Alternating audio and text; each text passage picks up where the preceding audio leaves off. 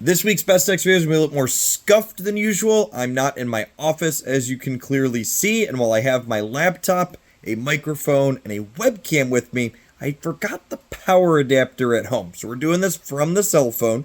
That being said, shout out to my editor as always for putting all these fantastic slides together. Let's go ahead and dive on into the details and see how Namora and our recent OTA have impacted the metagame.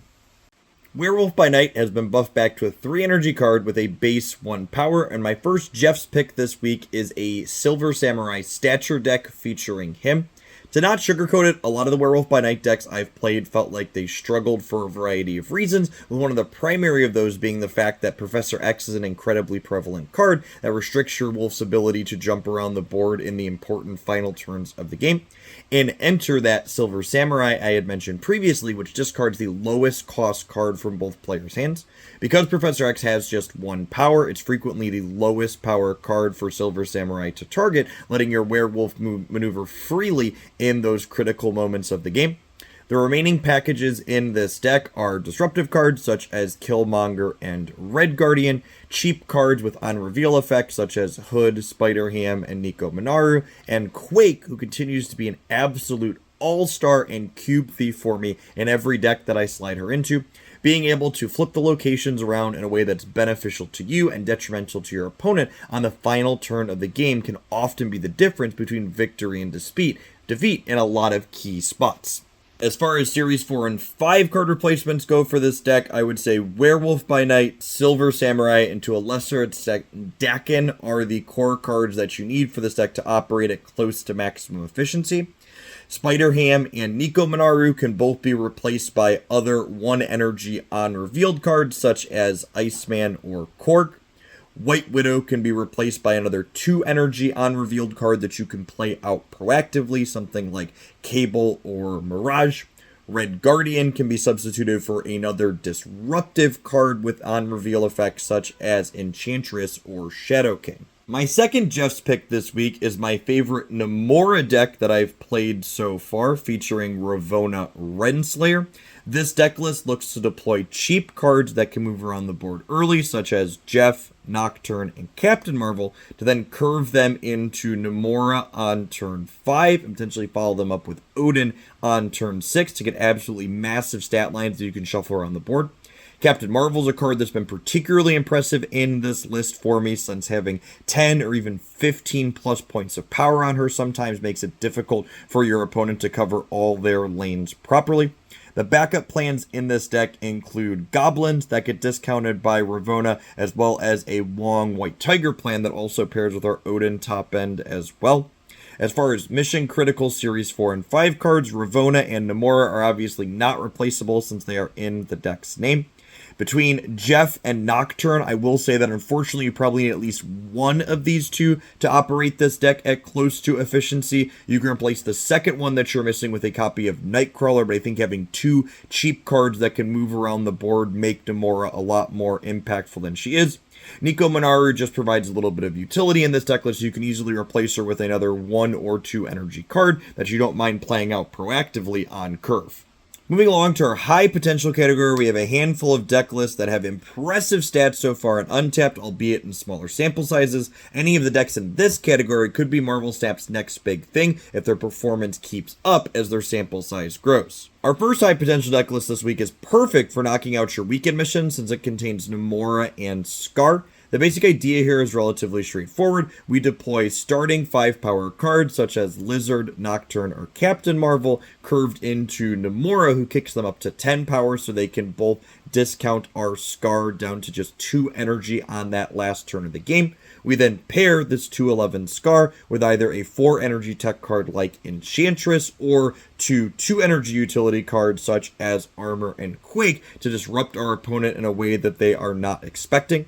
This deck list also features a small Luke Cage package, since his ongoing effect not only mitigates Lizard's potential downside, but also makes it so Typhoid Mary can be a guilt-free 4/10 to also discount our Skaar. As far as Series 4 and 5 substitutions go in this deck list, both Namora and Skaar are pretty mission critical since the deck list is built around leveraging their effects. This leaves us with just Nocturne, who could likely be substituted for someone like Polaris, so you still have a fairly energy efficient 5-power card that Namora can pump up to 10 to discount your Skaar. Our next high potential deck list this week is a sweet take on Bast Bounce, featuring one of our latest card releases in Sage. While Bast and Sage look like they have a little bit of anti-synergy on the surface, I think it's important to understand that you are never getting to Bast every single card that you play out, and Sage very regularly triggers for +6, +8, or even +10 when you play her out to the board in this deck. Also, it's worth noting that if your Bast is hitting Sage herself, she's getting 3 base power to start, meaning you need fewer different powers on the board to really gain full leverage from her. It does bring me great sadness to inform all of you that after playing variations of this deck with Werewolf by Night, I am fairly confident that its exclusion in this deck list is not an oversight despite its recent buff. Werewolf by Night simply just doesn't have clean synergy with cards like Mysterio and Kitty Pryde, instead wanting you to play cheap on reveals, which costs you equity in other spots with cards like Bishop and Hitmonkey. As far as Series 4 and 5 substitutions go for this deck list, I think you need at least one of Sage, Hitmonkey, and Elsa Bloodstone. I think the other 1 or 2 you could substitute out for other cards that provide big stats while working with Bast. Wolfsbane as well as the Collector are my 2 primary cards to swap in. I do think Kitty Pryde is a must-have card in this deck list overall. She makes Bishop and Angela just be much better than they otherwise would be, and she pairs very excellently with Elsa Bloodstone if you have her as well. Nico Minoru provides a lot of great utility in this deck list, but if you're missing her, I'd recommend substituting her for a different 1 energy card that you don't mind bouncing back to your hand, something like Hawkeye to provide additional stats, or Snowguard to give you some utility into Limbo decks would be my top substitutions. Our last high potential deck list this week is a Silver Surfer Mockingbird variation that definitely has Brood as the glue that has these 2 halves get held together. The Broodlings provide 3 bodies for Silver Surfer to power up, while also discounting Mockingbird by 2. Absorbing Man obviously instrumental for occasionally doubling up your Broodlings to bring Mockingbird down to just 1 energy, while also letting Silver Surfer power up a bunch of stats across the board. Hope Summers as well as Sebastian Shaw, I would say, are the next most important cards to call out in this deck list, with Sebastian Shaw making an absolutely massive stat line for you, while Hope Summers provides critical energy on important turns. She can allow you to have 6 energy on the 5th turn of the game, deploying 2 3-drops then, as well as 7 energy on the last turn of the game, letting you play Silver Surfer and Absorbing Man as a 1-2 punch that glows up your entire board. This deck list also excels because our 3 energy cards get to be incredibly disruptive, thanks to Killmonger, Red Guardian, and Luke Cage helping us out in varying ways. Killmonger also doubles up as a way to crack Nova for an additional way to spread power across our own board. As far as Series 4 and 5 potential substitutions go, I would say that Mockingbird, Hope Summers, and Sebastian Shaw are pretty mission critical for this deck operating at efficiency. Red Guardian can be substituted for another 3 energy tech cards such as Rogue, and Gladiator can be swapped out for another reasonably statted 3 energy cards such as Polaris. Moving along to our most popular category, our first 2 decks we're going to talk about here not only represent large metagame percentages on the Untapped tracker, but they also have some of the top performing stats as well. To the surprise of no one who's been playing a lot of Marvel Snap for the last 2 days, Lockout featuring Professor X as well as Cannonball is both the most popular and one of the strongest decks you can be playing right now by the metrics. This deck list leans on the strength of Ravonna Renslayer, not only discounting things like Green Goblin for you, but also letting you slam down Professor X a turn early, making him more difficult to contest. This deck list does a phenomenal job of leveraging the extra turn that Magic provides, thanks to things like Dr. Octopus and X, limiting your opponent's options on where they can play to the board in those additional turns. As far as mission critical Series 4 and 5 cards go in this deck, I do think Ravonna Renslayer is definitely the #1 must-have card in those higher tiers.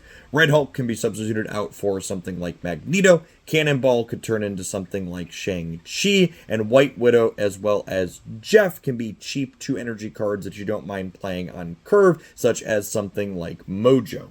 Our second deck in the popular slash top performing category is actually another lockout variation, this one featuring Hope Summers as an acceleration tool. I think this deck list overall is different enough from the previous list that we looked at that I wanted to call it out separately. This one leverages Ravonna Renslayer to an even greater effect because in addition to Professor X and Green Goblin, we also have Sage, Wolfbane, and Angela as additional cards that provide stats on the board that Ravonna Renslayer helps you discount. This deck list has Kitty Pryde as a way to not only bounce in and out of the Angela path, but also Hope Summers as well to get a lot of value out of her playing out every single turn. As far as Mission Critical Series 4 and 5 cards go, I do think this deck list has a lot that are difficult to replace. I would say that Renslayer, Hope Summers, and Kitty Pryde are definitely ones you need to have to get close to maximum efficiency. Sage is kind of in that category as well, since Wolfsbane is typically the best Sage replacement, and this deck is already leveraging that. Jeff the Baby Land Shark could definitely be something like Nightcrawler. Nebula could be another cheap 1 energy card that you don't mind playing on curve like Iceman. White Widow substitutes really cleanly for something like Lizard that helps you get priority early and then slam Professor X over. And then obviously Cannonball at the top end of the curve can always be a copy of Shang-Chi. With Leech getting cracked by the Nerf Bat, Hela is once again in both a top performing and most popular category combo. It is at least somewhat interesting to note that the best performing and most popular Hela deck list is actually neither playing Black Knight nor Corvus Glaive, making it a bit more budget friendly. The inclusion of Colleen Wing specifically caused me to raise my eyebrow, but there's no arguing with the metrics that this deck has and hundreds of matches logged on the public tracker. Blink still definitely finding a home in this deck list, getting to swap things like Jubilee and, I suppose, our cheap copy of Colleen Wing into bigger cards, including helping you find Hela herself more consistently. Our last deck list today, and the fourth most popular per untapped metric so far, is none other than Loki. It's worth noting that unlike the 3 popular decks that I listed before this one, Loki does not have the performance metrics on Untapped to be considered a top performing list like the others. In my personal experience, while Loki gets a lot of vitriol directed at it by the Marvel Snap community, it often leaves a bit to be desired, with its tech cards like Red Guardian or big stat 6 like Mockingbird ultimately being the reasons that it's able to win the game. It's worth noting that people are definitely experimenting with putting 3 energy Werewolf by Night back into this shell, but by all of the performance metrics that we have on Untapped so far, the 12 cards that you have up on your screen right now are definitely the best performance Loki shell by the numbers. Thanks for making it all the way to the end of our rather scuffed best decks video this week. As always, if you appreciate my roundup, be sure to snap that like button to help it reach some more people. I am going to be off from doing live content for the remainder of the weekend and Monday since it's a holiday here in the United States, but I'll be back live on Twitch on Tuesday again for our new card release and exploring this post-OTA format some more. Remember, if you want content from me every single day, though, you can check out my secondary YouTube channel at youtube.com/Jeff Hoagland for daily stream cut deck highlights over there.